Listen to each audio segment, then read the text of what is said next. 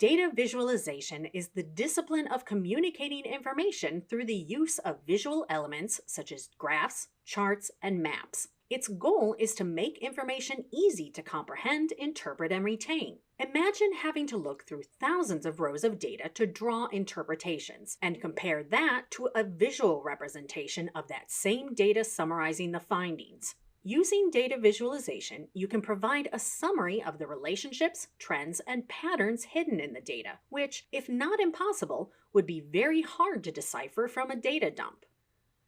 For data visualization to be of value, you have to choose the visualization that most effectively delivers your findings to your audience. And for that, you need to begin by asking yourself some questions. What is the relationship that I am trying to establish? Do I want to compare the relative proportion of the subparts of a whole?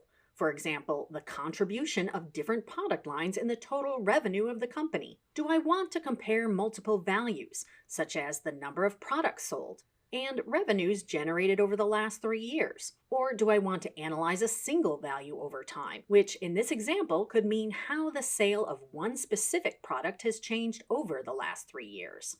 Do I need my audience to see the correlation between two variables? The correlation between weather conditions and booking in a ski resort, for example. Do I want to detect anomalies in data? For example, finding values in data that could potentially skew the findings. What is the question I'm trying to answer is not just an overarching question in the data visualization design and process. You need to be able to answer this question for your audience with every data set and information that you visualize. You also need to consider whether the visualization needs to be static or interactive. An interactive visualization, for example, can allow you to change values and see the effects on a related variable in real time. So, think about the key takeaway for your audience, anticipate their information needs and the questions they might have, and then plan the visualization that delivers your message clearly and impactfully. Let's look at some basic examples of the types of graphs you can create for visualizing your data. Bar charts are great for comparing related datasets or parts of a whole. For example, in this bar chart, you can see the population numbers of 10 different countries and how they compare to one another.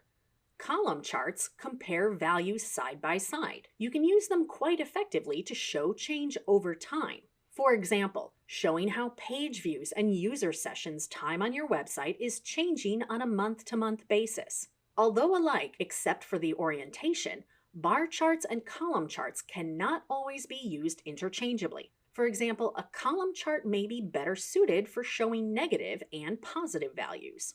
Pie charts show the breakdown of an entity into its subparts and the proportion of the subparts in relation to one another. Each portion of the pie chart represents a static value or category, and the sum of all categories is equal to 100%. In this example, in a marketing campaign with 4 marketing channels, social sites, native advertising, paid influencers, and live events, you can see the total number of leads generated per channel. Line charts display trends. They're great for showing how a data value is changing in relation to a continuous variable. For example, how has the sale of your product or multiple products changed over time, where time is the continuous variable? Line charts can be used for understanding trends, patterns, and variations in data, also for comparing different but related datasets with multiple series.